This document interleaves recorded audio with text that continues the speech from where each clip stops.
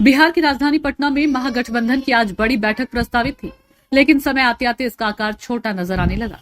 दिल्ली में 2 दिन पहले कांग्रेस अध्यक्ष मल्लिकार्जुन खड़गे और पूर्व अध्यक्ष राहुल गांधी के साथ राष्ट्रीय जनता दल की ओर से तेजस्वी यादव की बातचीत हुई। इस बैठक में वामपंथी दलों को नहीं बुलाया गया।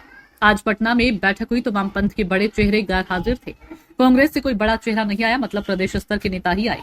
विकासशील इंसान पार्टी के मुकेश सहनी आए, लेकिन राष्ट्रीय लोक जनशक्ति पार्टी के पशुपति कुमार पारस को बुलावा भी नहीं मिला। तो सवाल उठता है कि माना क्या जाए। बात यही रह गई कि बिहार विधानसभा चुनाव से पहले यह महागठबंधन के आधार दलों की एक सामान्य बैठक भर है। ऐसी बैठक जिसमें न तेजस्वी यादव के सीएम चेहरे पर मुहर लगेगी और न सीटों के बंटवारे का कोई खाका तय होगा। मुकेश सहनी को क्यों बुलावा, पारस क्यों दूर रखे गए।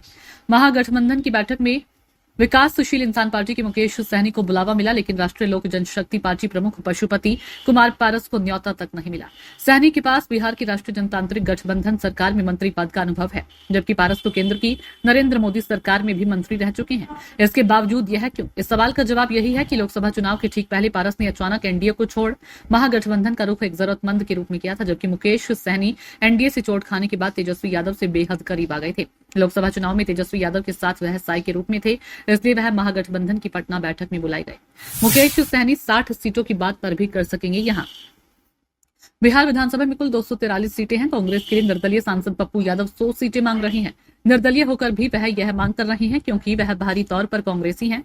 अब खैर, कांग्रेस अब तक 70 की मांग पर अटकी है, तो वह मांग है, अब जिद नहीं। इधर विकासशील इंसान पार्टी के प्रमुख मुकेश सहनी ने महागठबंधन की इस बैठक से पहले अपनी पार्टी के लिए 60 सीटों की बात कही थी, लेकिन अब महागठबंधन के मंच पर वह इसका 10% भी दावा कर सकेंगे। उम्मीद कम है, ऐसे में महागठबंधन की आज हो रही बैठक कुल मिलाकर आपसी समन्वय पर ही केंद्रित होकर रह जाएगी। ये भी एक तरह से पक्का है। सीटों का बंटवारा होना तो अभी असंभव है।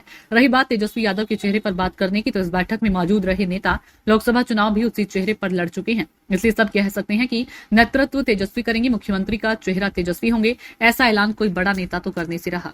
ब्यूरो रिपोर्ट, नई दिल्ली।